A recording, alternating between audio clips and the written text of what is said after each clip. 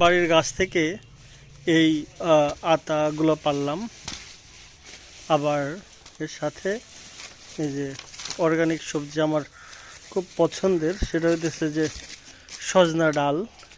আতা গাছে উঠেছি, কয়েকটা আতা, পাকা আতা পারার চেষ্টা করছি আর কি। এই আপনারা একটু দেখতে পাবেন। আচ্ছা, এটা একটু পজ করে ওই পাশে নিয়ে দেখি। এই যে দেখেন, এই পাশে কিছু আতা আছে। এই যে আতাগুলো এখন পারার চেষ্টা করবো আর কি। আমাদের এলাকায় এটা আতা ফল নামে পরিচিত। আমি মাটি থেকে মই দিয়ে অনেক উপরে উঠেছি এই আতা পারার জন্য।